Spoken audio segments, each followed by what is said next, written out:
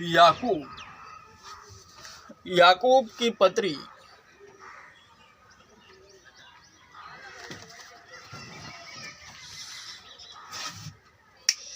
अध्याय 5।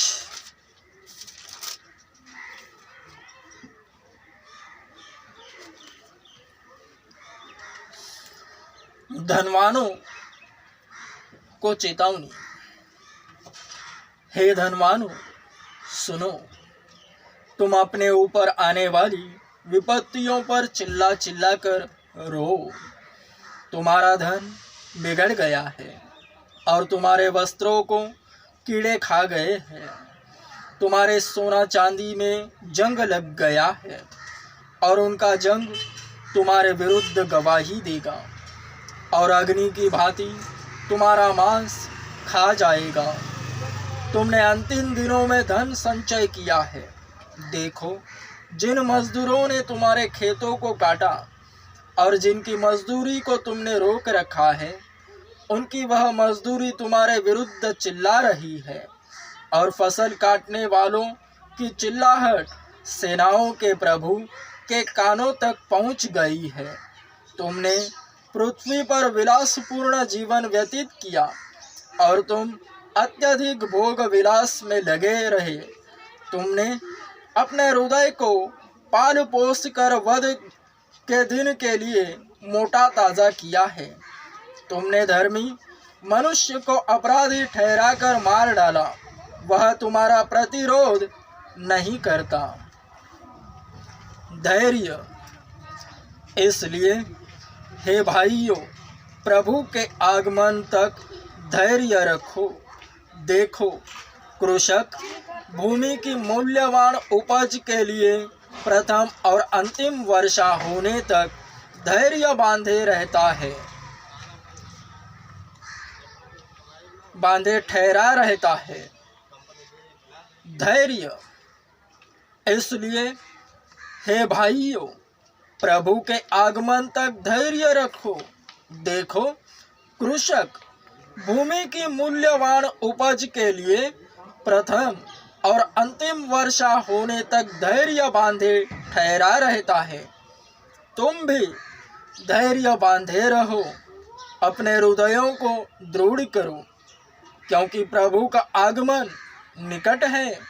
भाइयों, एक दूसरे के प्रति दोष न लगाओ, जिससे कि तुम पर दोष न लगाया जाए। देखो, न्यायी द्वार ही पर खड़ा है। भाइयों, यातना और धैर्य के लिए भविष्यवक्ताओं को आदर्श समझो।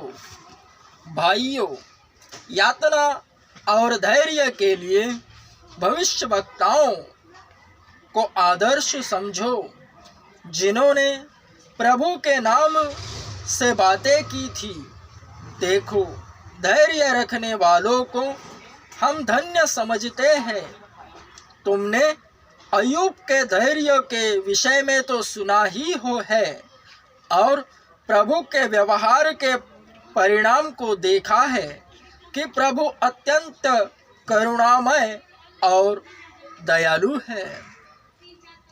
पर मेरे भाइयों, सबसे श्रेष्ठ बात यह है कि तुम शपथ न खाना, न तो स्वर्ग की और न पृथ्वी की और न किसी और वस्तु की, पर तुम्हारी बातें हाँ की हाँ और नहीं की नहीं हो, जिससे कि तुम दंड के योग्य न ठहरो।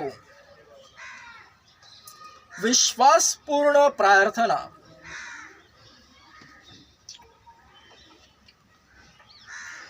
क्या तुम में कोई दुखी है तो वह प्रार्थना करे। क्या कोई प्रसन्न है तो वह स्तुति के भजन गाए। क्या तुम में कोई रोगी है? यदि है तो कलीसिया के प्राचीनों को बुलाए और वे उस पर तेल मलकर प्रभु के नाम से उसके लिए प्रार्थना करें, और विश्वासपूर्ण प्रार्थना के द्वारा रोगी चंगा हो जाएगा और प्रभु उसे उठा खड़ा करेगा। और यदि उसने पाप किए हो तो वे भी क्षमा कर दिए जाएंगे। इसलिए तुम परस्पर अपने पापों को मान लो और एक दूसरे के लिए प्रार्थना करो, जिससे कि चंगाई प्राप्ति हो। धर्मी जन की प्रभावशाली प्रार्थना में बहुत कुछ हो सकता है। फिर से कहता हूँ, धर्मी जन की प्रभावशाली प्रार्थना में बहुत कुछ हो सकता है। एलिया भी हमारे ही जैसे स्वभाव का मनुष्य था और उसने वर्षा न होने के लिए गिड़गिड़ाकर प्रार्थना की और 3.5 वर्षों तक धरती पर वर्षा न हुई। उसने फिर प्रार्थना की और आकाश से भारी वर्षा हुई और भूमि ने अपनी उपज दी। मेरे भाइयों, यदि तुम में से कोई सत्य से भटक जाए और कोई उसको फेर लाए, तो वह यह जान ले कि जो कोई भटके हुए पापी को फेर लाएगा वह उसके प्राण को मृत्यु से बचाएगा और अनेक पापों पर पर्दा डालेगा।